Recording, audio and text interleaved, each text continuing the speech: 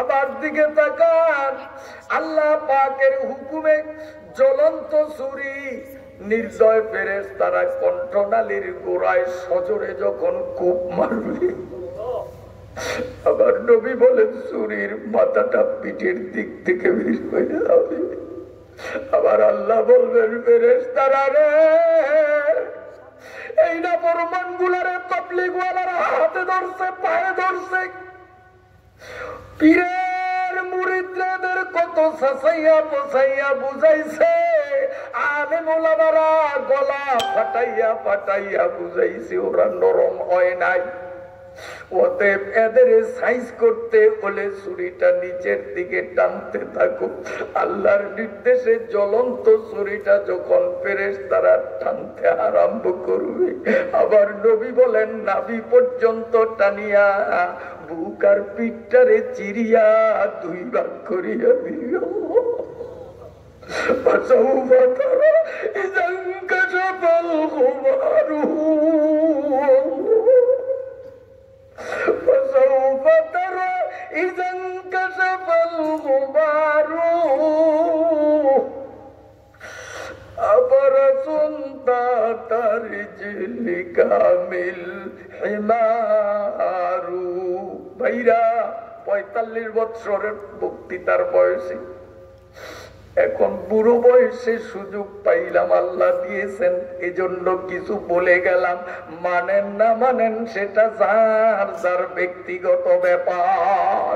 মুরাদে মানসিয়ত বুধ গোপুতে মুরাদে মানসিয়ত বুধ গোপুতে হাওয়ালা তুমা খোদা করো দে মরাপতি। এই গুজরাট এলাকার মানুষগুলোরে আল্লাহর হাতে জমা দিয়ে আমি বিদায় হয়ে যাব। মানেন না মানেন আপনাদের আল্লাহ জানে আর আপনারা জানে। এই নাফরমানগুলোর ওই বুকটারে যখন চিরিয়া, পিঠ আর বুকটারে চিরিয়া যখন এইভাবে দুই টুকরা বানাইয়া দিবে, নিষ্ঠুর ফেরেশতারা পরমানের বাপ আত্মারে খপ করিয়া ধরিয়া মোড়াইয়া গোড়াইয়া হাড্ডিগুলো ভাঙ্গিয়া বুকের দিক থেকে পাটল পথ দিয়া এমন জোরে ধাক্কা মারবে, বামাটা পাটল পথের ভিতর দিয়া পিছনে পিঠের দিকে বাইর হবে। অমনি তার হাতে আমল নামাটা দেওয়া হবে, আর বলবে সোরা তোর আমল নামায় কি আছে দেখ। এইটা ফরমান গুলো চিল্লাইয়া বলবে আল্লাহ তোমার ফেরেশতারা যেইভাবে আমাদের চাপছে, হাড্ডিগুলো একটাও নাই রে আল্লাহ। ও বাবু, সারা শরীরের হাড্ডি চূর্ণ বিচূর্ণের ব্যথা সহ্য করতে পারি না, তারপরেও জ্বলন্ত আগুনের সুরের আঘাতে বুক আর পিঠটারে তীর্ণ করলো। আল্লাহ অধিকন্তু বাম আটটারে ভাঙ্গিয়া চড়িয়া আল্লাহ পিঠের দিক দিয়া বাহির করলো, ব্যথা সহ্য করতে পারি না। আবার আমল নামা পড়ার জন্য তোমার ফেরেশতারা বলে আমাদের চোখ হলো সামনে, আমল নামা পিছে, আমরা তো দেখি না। এতটুকুন বলতে না বলতে ওই নির্দয় নিষ্ঠুর পাষাণ হৃদয়ের ফেরেশতারা মাথার তালুতে একটা হাত, নাফরমানের থুতনির নিচে একটা হাত দিয়া এমন জোরে কল্লাটারে মোড়াইয়া দিবে রে বাবা। এক মোড়ারে ঘাড়ের রগ গুলো টাস টাস করিয়া সিরিয়া যাবে। কল্লাটারে যখন মোড়াইয়া পিছনে দিবি, আর যখন আমল নামার ভিডিও দেখবে, আর গুজরাট মসজিদে নামাজ চলছে, ওই যে আমার বাবারে দেখা যায়, দাদারে দেখা যায়, আর আমি চায়ের দোকানে টিভির স্ক্রিনের সামনে বসা, আমি আমার মোবাইলের ইউটিউব আর ফেসবুক নিয়ে বসা, তাও তো আমারে দেখা যায়। তখন আফসোস করবে আর বলবে মা লিহাদাল কিতাবিলা ইউগাদিরু সগীরাতাও ওয়ালা কবীরাতান ইল্লা আহসাহা। আফসোস করবে, আফসোস করবে, আফসোস করবে, কিন্তু ওই আফসোস কোনো কাজে লাগবে না। আমার আল্লাহ তাই বলেন, ফারিকুন ফিল জান্নাতি ওয়া ফারিকুন ফিস সাঈর। হাসরের মাঠের মানুষগুলোরে আল্লাহ দুইটা ভাগ করবেন, এক ভাগ জান্নাতি আর এক ভাগ হলো জাহান্নামী। এতক্ষণ আলোচনা করলাম এরা হলো জাহান্নামী। এই মানুষগুলোরে যখন জাহান্নামে ফেলা হবে, ভালো করে শোনেন, এই জাহান্নামের নিক্ষিপ্ত মানুষগুলো আবার দুই প্রকারের। ভালো করে শোনেন, এক প্রকারের আসামি যারা জাহান্নামে পড়বে, কঠিনকালেও মুক্তি পাবে না, অনন্ত অনাদিকাল জাহান্নামেই তাদের নিবাস, কখনো উঠবে না। আর একদল মানুষ এক নির্ধারিত মেয়াদকাল পর্যন্ত জাহান্নামের সাজা ভুগবে। যারা এদিক তাকান, যারা কাফের, আল্লাহকে স্বীকার করে না, নাস্তিক, যারা মুরতাদ, ধর্ম ত্যাগী, যারা মুনাফিক, এই কাফের, নাস্তিক আর মুনাফিক, এই তিন শ্রেণীর মানুষ চিরকাল জাহান্নামে থাকবে। আর যেই মানুষগুলো মুসলমান কিন্তু বেআমলি, মুসলমান নামাজ পড়ে না, মুসলমান রোজা রাখে না, মুসলমান সুদ ছাড়ে না, মুসলমান মালে ভেজাল দেয়, এটা ছাড়ে না, মুসলমান জায়গা জমিন ঠেলে, আপনার দেশে নাই মনে হয়, হায় হায়, এই নাফরমান মুসলমান যেগুলো, এগুলোর জন্য একটা সাজা নির্ধারণ করা হবে। ধরে নিন, উদাহরণস্বরূপ, কারোর জন্য 1 কোটি বছর, কারোর জন্য 1.5 কোটি বছর, কারোর জন্য 500 কোটি বছর, এরকম একটা মেয়াদ নির্ধারণ করিয়া দোজখে দেওয়া হবে। তবে জানিয়া রাখেন, যার যতদিন নির্ধারিত মেয়াদ, ওই নির্ধারিত মেয়াদ পর্যন্ত একজন মুসলমানও জাহান্নামে থাকবে না। যেমন উদাহরণত, এই নাফরমান, কথার কথা, এই নাফরমানটার 10,000 বছর জাহান্নামের সিদ্ধান্ত হলো, ও জাহান্নামে গেল। 10,000 বছর পুরা হইতে ধরে নেন আর 50 বছর বা 50,000 বছর আছে। 50,000 বছর পরেই 10,000 পূর্ণ হবে, তার মুক্তির ফয়সালা হবে। ওই অল্প কিছু সময় বাদ থাকতে এই ধরনের আলেমরা, আল্লাহ আল্লাহ, কিরে কি কস? আল্লাহ এতদিন ডরে ডরে কই নাই, এখন মনের মানে রাখতে পারি না, আপনি যদি অনুমতি দেন তো একটা কথা কইতাম। কই কি?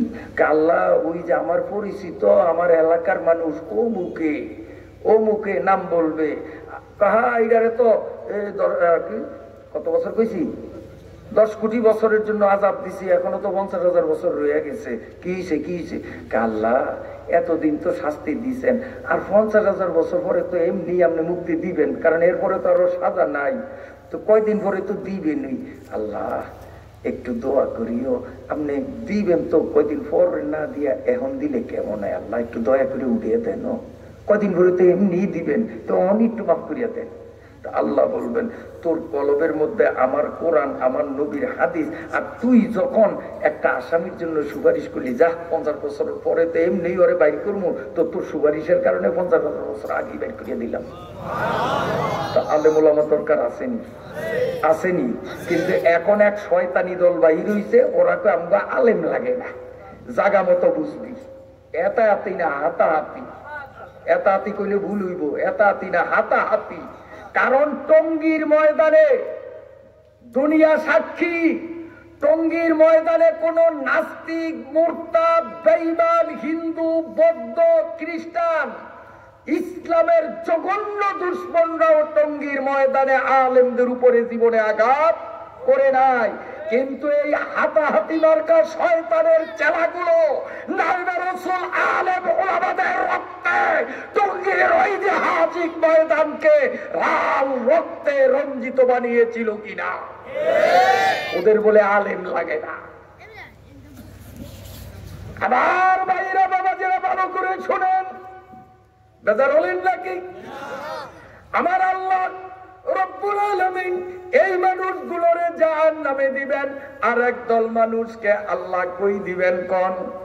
ফারিকুন ফিল জান্নাহ, এদের জান্নাতে কেমনে দিবেন সংক্ষেপে কয়েক মিনিটে বলবো নি।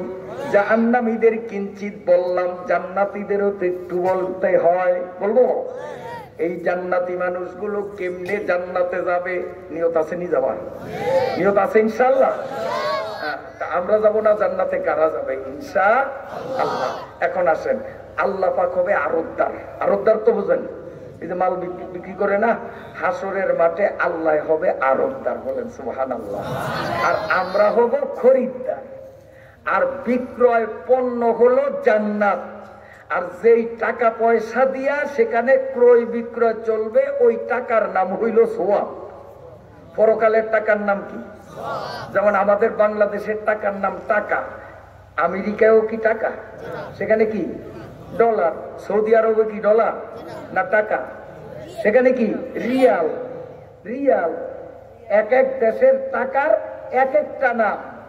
ইন্ডিয়া যান, ওখানে টাকা চলবে না, ডলার চলবে না, রিয়াল চলবে না, সেখানে রুফি। আবার পাকিস্তান যান, রুফিও চলবে না, পাকিস্তান হলো কি রুফিয়া। দাঁড়ে ওটা হলো রুফি, ওটা হলো রুফিয়া। আচ্ছা, যাই হোক, তাইলে এক এক দেশের মুদ্রার এক এক নাম। হাসরের বাজারের মুদ্রার নাম কি? সব। মুদ্রা মানে টাকা, ওখানে সব হইল টাকা। এখন আল্লাহ আরতদার, আল্লাহ বলে জান্নাত বেচবো, কাউ কিনবানি? তখন আমরা, আমি, আপনি, এই ইমাম সাহেব হুজুরে, এই হুজুরে সবাই মিলে, হ্যাঁ আল্লাহ আল্লাহ কিনবো, আসি তো কিনবা যে মাল আসেনি, আল্লাহ মা আইসিনি, বাহি তো আর বেচবেন না, টাকা টুকা নিয়ে আসছি, আল্লাহ কিনবো আমি, দেন। কত কয় কিনবা? কাজী তা আমার জান্নাত কিনতে হলে এত হাজার হজ দেওয়া লাগবে। কথার কথা 10,000 20,000, আল্লাহ একটা সংখ্যা কইব, এত হাজার হজ দাও। এত হাজার হজ কেমনি দিব? পারবেন? কথা কয় না, বুঝছি আপনারা পারবেন না, গ্রামের গরিব মানুষ। শেখ হাসিনা কয় হাজার দিতে পারবো? কন্যাকা সৌদি আরবের প্রেসিডেন্ট দিতে, যার বাড়ির দরজায় হজ হয়, এই বেড়ায় কয় হাজার দিতে পারবো? তাও না। বেশিতে বেশি হইলে আমরা 4টা 5টা 8টা 10টা এর বেশি হজ করে যেমন খুঁজে পাওয়া যায়। আর বেশিরভাগ মানুষ তো একটা হজও সেদিন দিতে পারবে না। আল্লাহকে আমার ব্যাংকে হজের সোয়াব নামক টাকা জমা দে, নাহলে জান্নাত পাবি না। তো যারা 1টা 2টা হজ করছে, আল্লাহ আমার তো 3টা হজ আছে, 3টা লই আইছে, 10,000 হজ দেওয়া লাগবো। কথার কথা, আল্লাহ বুঝছি তো হজ কেমনে, এত হজ তো নাই, কত জান্নাতও নাই। তখন কেমন হইব? তখন কেমন হবে? আমার নবী আল্লাহকে, আল্লাহ এরকম ফেস দিলে তো আমার উম্মত এক করেও আপনার তো জান্নাত কিনতে পারবে না। কারণ এই এত হাজার হাজার হজ করার মতো শক্তি তো আমার উম্মতের নাই। আল্লাহকে ডেকে, আমি জানি না, তুমি জানো, তোমার উম্মতের বানাইছি আমি, আল্লাহ বানাই নাই? আল্লাহকে আমি বানাইছি। হ্যাঁ, মায়ের কাছে নানা বাড়ির গপ্প করো, তোমার উম্মতের তুমি যা চিনো, আমি আল্লাহ তো তার চেয়ে বেশি চিনি। তুমি তো উম্মত বানাও না, উম্মত তো আমি বানাইছি। তো তোমার উম্মতরা হয়তো 1টা 2টা 5টা 7টা নাইলে 10টা এর বেশি তো হজ দিতে পারবো না। আর কুঠি উম্মতরা তোমার একটা হজ দিতে পারবে না, আমি জানি। কিন্তু হজ ছাড়া আমি মাগনা জান্নাত তো দিব না।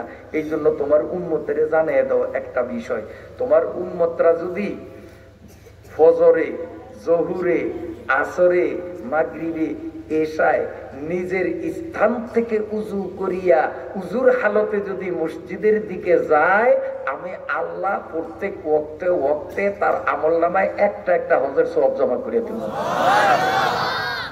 এখন বাড়ির থেকে যদি বিনা উজুতে আসেন, মসজিদের উজুখানায় বসিয়া উজু করেন, উজু পাইবেন, নামাজ পাইবেন, হজ পাইবেন না। যারা বাড়ির থেকে আসবেন তারা বাড়ির থেকে উজু করিয়া আসবেন। যারা নৌকার থেকে আসবেন, মসজিদে নামাজ পড়বেন, ওই নৌকার থেকে উজু করিয়া আসবেন। গোসেরহাটের দোকানদাররা যখন নামাজ পড়তে মসজিদে যাবেন, জগবরিয়া দোকানের পাশে বসিয়া উজু করিয়া তারপরে মসজিদে যাবেন। স্কুলের মাস্টাররা, ছাত্ররা স্কুল থেকে উজু করিয়া আসবেন। মাদ্রাসাওয়ালা মাদ্রাসার থেকে উজু করিয়া আসবেন।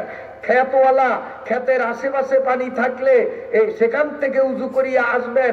যে যেখানে আছেন ওখান থেকে যদি উজু করিয়া আসেন, তো উজুও পাইলেন, নামাজও পাইলেন, বোনাস পাইলেন একটা হজ। তাহলে ডেইলি কয়টা হজ কামাই করতে পারি? কারণ হাসরের মাঠে লক্ষ লক্ষ হজ ছাড়া কিন্তু জান্নাত কিনা যাইব না, আর লক্ষ হজ কামাই শক্তি নাই। এই জন্য আমগরে বোনাস দিয়া দিছে, অফার দিয়া দিছে যে 5 ওয়াক্ত নামাজে আমরা 5টা করিয়া হজ কামাই করতে পারি। কন্যা দিন আপনার বেজার হয়ে গেছে, নামাজের চাপটা যা খালি খালি দেই নেই। কথা বুঝে আইছেনি? আচ্ছা, এখন এই তো হলো হজ কামাইয়ের এক তরিকা। এইরকম মাগনা হজ কামাই করার আরেকটা তরিকা আছে, এইটা কিন্তু সবার জন্য না।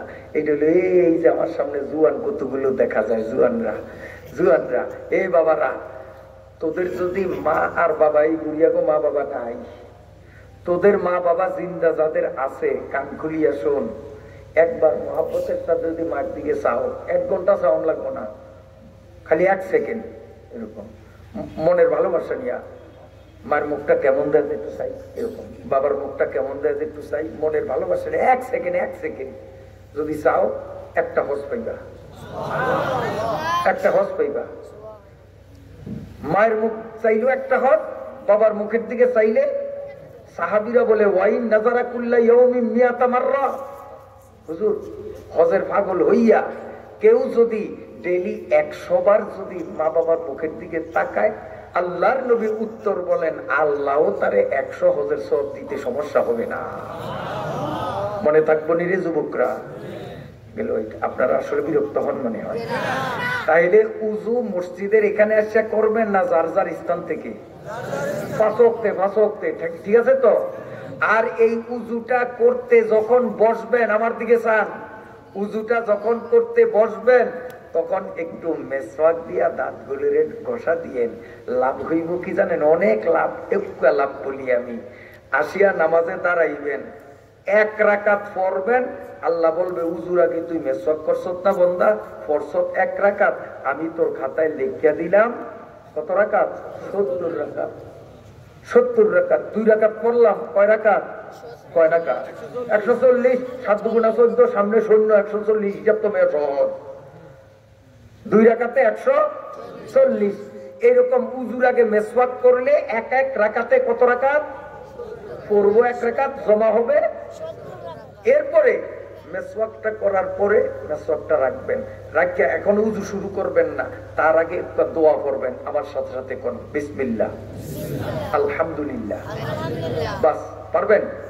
বলেন বাস। আল্লাহ পাকের নবী আবু হুরায়রা রাদিয়াল্লাহু তাআলা আনহুকে বলেন, উজুর আগে বিসমিল্লাহ আলহামদুলিল্লাহ একবার যদি পড়িয়া তারপরে যদি উজু করি, এই উজুটা না ভাঙ্গা পর্যন্ত, মানে যতক্ষণ উজুটা ধরিয়া রাখা যাবে ততক্ষণ পর্যন্ত ডাইন কান্দের ফেরেশতা বাম কান্দের ফেরেশতা দুজনে আমলনামার মধ্যে সওয়াব পড়তে থাকে। আপনি উজু যদি 3 ঘন্টা রাখতে পারেন তো 3 ঘন্টা পর্যন্ত লাগো, ছুটি নেই, ডিউটি আছে, উইদাউট পে, মাগনা সার্ভিস। 5 ঘন্টা উজু ধরিয়া রাখতে পারেন, 5 ঘন্টার মধ্যে এই মেয়াগো ছুটি নেই।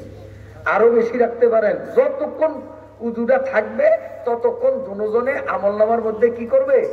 সওয়াব ঢুকাইবে। তার কারণ মাওলার জান্নাত কিনতে সওয়াব জেনাতেনা সওয়াবে কাম হইব না, বিশাল বিশাল সওয়াব লাগবে। ওই যে কইছি না, লক্ষ লক্ষ হজ লাগবে, এইরকম সওয়াব। অত সওয়াব কামাই করার শক্তি আমাদের নাই, এই জন্য আমাদেরকে এই অফারগুলি দিয়ে দিছে। খালি মোবাইলের অফার চিনি, জান্নাতে যাওয়ার জন্য যে মালিকে অফার দিছে এগুলির খবর রাখি না। মোবাইল আসেনি আপনাদের দেশে? একটু মোবাইলটা কমুনি কইতাম। মোবাইলরা সাইয়ে মহলে কোদা একি, মোবাইলরা সাইয়ে মহলে কোদা একি, তরকে আলা জিম্বে বায়াদ আয় আমি। আরে মোবাইলরা মারে কাতিল মিশুমার তাতুয়ানি আজ মোবাইল কুন হাজার। মারে কাতিল সোয়ে গোরেস্তা বারাত, মোবাইলা তো সোয়ে জাহান্নাম বারাত। এই টাচ মোবাইল এটা জাতি সাপের থেকেও মারাত্মক। কারণ জাতি সাপে কামড় দিলে বাবা তোর ঠিকানা হইব কবর। সাপে কামড় দিলে কবরে যাওয়া লাগে না? জাতি সাপে কামড় দিলে তোর ঠিকানা হবে কবর। আর এই টাচ মোবাইলে কামড় যদি দেয় তো তোর ঠিকানা হবে জাহান্নাম। মারে কাতেল সোয়ে গোরিস্তান, গোরিস্তান বোঝেন না? কবরস্থান। মারে কাতেল সোয়ে গোরিস্তা বারাত মোবাইলাত সোয়ে জাহান্নাম বারাত। এই মোবাইলে তোর জাহান্নামে দিবি। আল্লাহ আল্লাহ। যাই হোক, আল্লাহ পাক নবীর মাধ্যমে আমাদেরকে অফার দিলেন যাতে এই সওয়াবগুলো দিয়া মাওলার থেকে হাসরের আরব থেকে জান্নাত কিনতে পারি। সুবহানাল্লাহ কয় না? এই মুনাজাতের দিকে আসতেছি, আলহামদুলিল্লাহ, বিরক্ত হবেন না, এক্ষুনি মুনাজাত। এখন উজুর আগে আপনারা কি দোয়া জানি করবেন? বাস, এরপরে আলহামদুলিল্লাহ উজু করবেন, নামাজ পড়বেন, ঠিক আছে তো? নামাজের পরে একবার পড়বেন আয়াতুল কুরসি। কয়বার? একবার। 5 ওয়াক্ত নামাজে 5 বার যেই ব্যক্তি আয়াতুল কুরসি তিলাওয়াত করিবে কিয়ামত পর্যন্ত তার কবরে কোনো আযাব কোনোদিন হইবে না।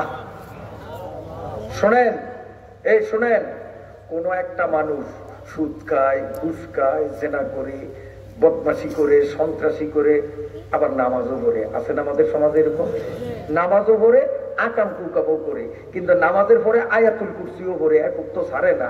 তাইলে এই ব্যক্তির আয়াতুল কুরসির বরকতে যত গুনাহ থাক, এই গুনার কারণে কিয়ামত পর্যন্ত কবরে আযাব আসতে পারবে না। আয়াতুল কুরসি ঠেক দিবে, তার গুনার আযাব হবে হাসরের ময়দানে এবং জাহান্নামে। কিয়ামত পর্যন্ত কবরে অন্তত পক্ষে শান্তিতে থাকতে পারবে।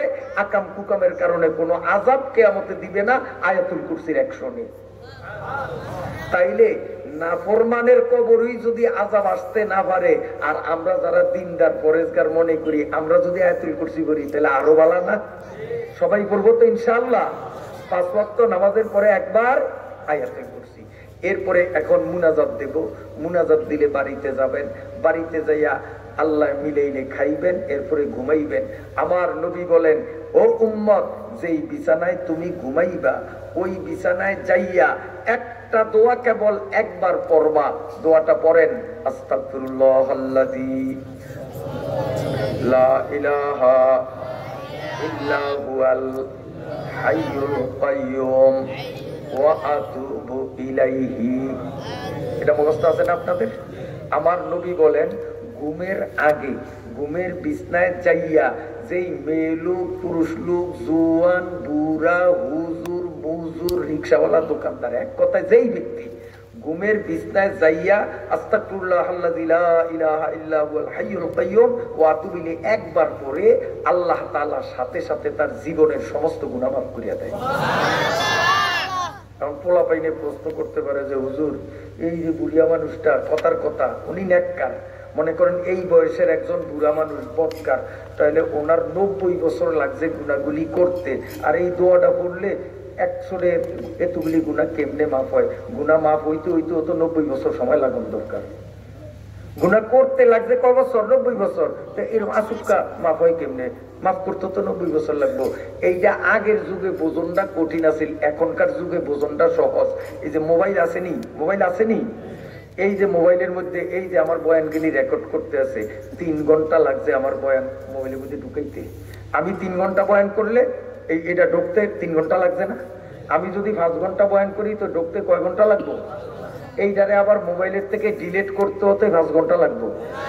হ্যাঁ, খালি এইটা না, আরো যত যা ওর মেমোরিতে আছে কয় ঘন্টা লাগবো রে? অল ডিলিট ফাংশন আছে, ওইখানে যাইয়া 1 সেকেন্ড খালি ক্লিক করলেই যাই গিয়া এর